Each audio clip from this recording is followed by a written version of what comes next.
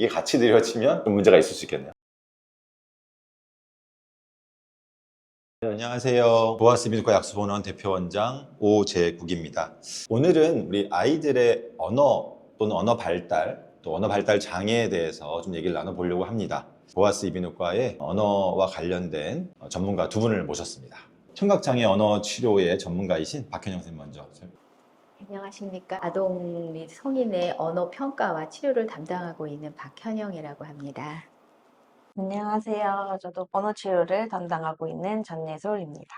오늘은 이제 유아기부터 학령 전기까지 아동들의 언어 발달에 대한 얘기를 나눠보려고 하는데요. 어머님들이 주로 하는 질문이 있다고 하죠. 어머님들이 궁금해하시는 질문이 첫 번째로 말 늦은 아이가 신체와 인지 발달도 함께 느려지는지에 대해 질문이 많으세요. 이 부분에 대해서 선생님들은 어떻게 생각하시나요? 부모님들이 많이 궁금해하시는 질문 중에 하나인데요. 모든 발달들이 이제 유기적으로 이렇게 발전해 나가게 됩니다. 특히 인지와 언어는 굉장히 밀접한 관련을 가지고 있고, 인지라는 개념 안에는 언어가 들어가 있고, 또 창의성, 문제 해결 능력, 추론 능력, 이런 여러 가지 그 영역들이 이렇게 복합이 되어 있는 이런 개념입니다. 특히 언어와 인지 발달이 굉장히 이제 밀접한 관계를 갖고 있기 때문에 말과 언어와 그 인지 발달이 함께 유기적인 영향을 준다고 생각을 하셔서 의문들을 갖게 되시는데요. 말이 늦다고 해서 그러니까 신체와 인지 발달이 느려지는 것은 아니고, 언어 평가를 할 때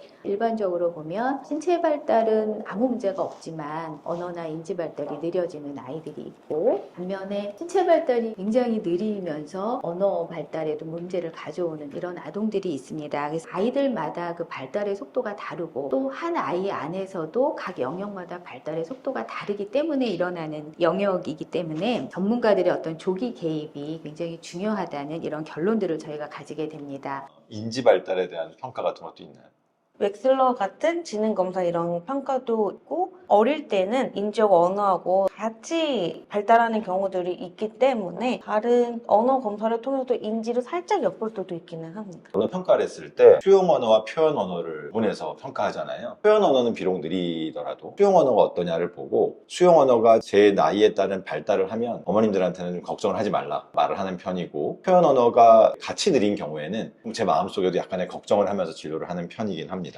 터보의 연구에 의하면은 신체 기능 중에서 손과 눈의 협응, 이게 중요하다. 그 다음에 균형 감각이 중요하다라고 했으니까 신체 감각 중에서는 그 두 가지를 보는 게 좀 도움이 되겠네요. 네. 치료할 때도 아이들의 대소근육을 어떻게 하고 있는지 그런 것도 같이 물어보면서 진행을 하고 있습니다. 손을 잘 쓰는지, 네, 이게 좀 중요하네요. 이게 제대로 이루어지면서 언어 발달이 느리다 그러면은 조금은 괜찮다라고 생각할 수 있고, 이게 같이 느려지면 좀 문제가 있을 수 있겠네요. 네, 그래서 일반적으로 보면 신체 발달이 느린 아이들의 경우에 언어 발달이 같이 늦는 아이들이 많지만, 네. 언어 발달이 느린 아이들의 신체 발달을 거꾸로 살펴봤을 때는 꼭 느린 경우만 있는 건 아니고 굉장히 또 신체 발달은 빠른 이런 아이들도 많이 있습니다. 그래서 눈과 손의 협응 능력이 또 왜 중요하냐면, 네. 눈과 손이 그 협응한다는 건 같이 이렇게 보고 움직인다는 거잖아요. 네네. 이제 주의 집중의 문제와도 연결이 되기 때문에 중요한 한 요소로 저희가 치료 과정에서 다룰 수 있습니다. 언어 발달이 느릴 때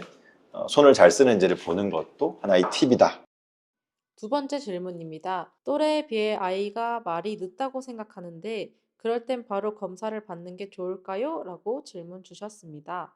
아동 또래에 비해서 말이 늦다라고 생각이 드신다면 일단 전문가와 한번 상담을 하시는 게 좋을 것 같습니다. 아동들의 언어 평가를 진행하다 보면 부모님들은 사실 내 아이가 모두 다 최고여야 하고, 그렇기 때문에 그 일반 정상 발달 과정을 이제 무시하신 채 아이가 잘 못한다고 생각을 하시는 이런 경우들도 실제로 많이 보았습니다. 마냥 걱정을 하시는 것보다는 먼저 전문가와 함께 상담을 통해서 다른 일반 아동들의 발달과 비교했을 때 우리 아이의 발달이 어떤지 체크를 하시는 게 좋겠고, 거기에서 어떤 문제가 발견이 된다면 빨리 우리가 개입을 해줄 수 있고, 그것이 언어치료사와의 개입을 통해서 이루어지는 것도 있지만 어린 아동들의 경우에는 부모님께서 집에서 뭘 어떻게 해주느냐에 따라서 아동들이 많이 달라질 수 있기 때문에 많은 도움을 받으실 수 있다고 생각이 듭니다. 그리고 또 한 가지 어린이집 선생님이나 유치원 선생님으로부터 우리 아동에 대한 언어 발달이 조금 의심이 된다라고 하는 소견을 들으셨을 때는 이 선생님들은 다른 아이들과 비교해서 말씀을 하시는 거기 때문에 빨리 전문가를 찾으셔서 같이 상담을 하시는 게 필요할 것 같습니다. 나이에 따른 평가 툴이라든가 이게 되게 다양하고 언어라고 하는 게 상당히 많은 영역이기 때문에 좀 여러 가지 평가가 있잖아요. 말이 늦은 거에 대한 평가는 어떤 것들이 있나요? 영유 아이들 같은 경우는 셀시라는 검사가 있고요. 부모님들에게 언어치료사가 이렇게 질문하면서 질의응답식으로 하는 평가가 있고요. REVT라는 평가도 있어요. 어휘를 보는 평가고요. 셀시 평가는 아동보다 좀 더 큰 아동. 프레스 같은 경우는 보통 이제 아이와 함께 이런 평가들이 있습니다. 프레스를 몇 살부터 할 수 있나요?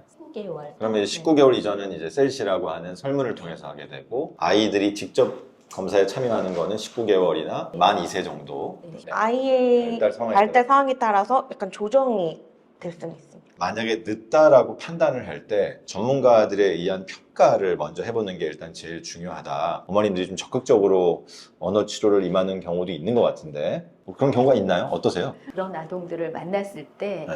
어휘 이해나 표현 이거보다는 말소리 발달 때문에 부모님들이 이제 하시게 될 것 같습니다. 물론 꼭 학습을 통해서 아이들이 빨리 발음을 잘 배울 수 있는 방법들은 있지만 정상 발달 과정 안에서 아이들이 스스로 배워나가는 게 더 중요하다고 생각을 하기 때문에 부모님들께 그 어떤 말소리가 습득이 되는 시기가 몇 세 정도인지 대략 70% 정도 되는 아이들이 어떤 발음을 몇 세쯤 할 수 있는지 이런 기준들을 다 보여드리고 설명을 드리면 부모님들께서 많이 수긍을 안심하시나요? 하셨던 것 같고요. 그리고 그런 발음들을 조금 더 빨리 우리 아이가 잘 배울 수 있도록 집에서 부모님께서 이제 어떻게 소리 자극을 줘야 하는지 이제 그런 방법들을 대신 제가 알려드리고 대부분은 그냥 돌아가시게 하고 1년이라든가 또는 필요하면 6개월 뒤에 재평가를 통해서 다시 한번 우리 아이의 그 능력을 점검하는 그런 걸로 저는 하고 있습니다. 예전에는 구기 운동을 배울 때 그냥 나가가지고 동네 형하고 이제 같이 볼을 찼는데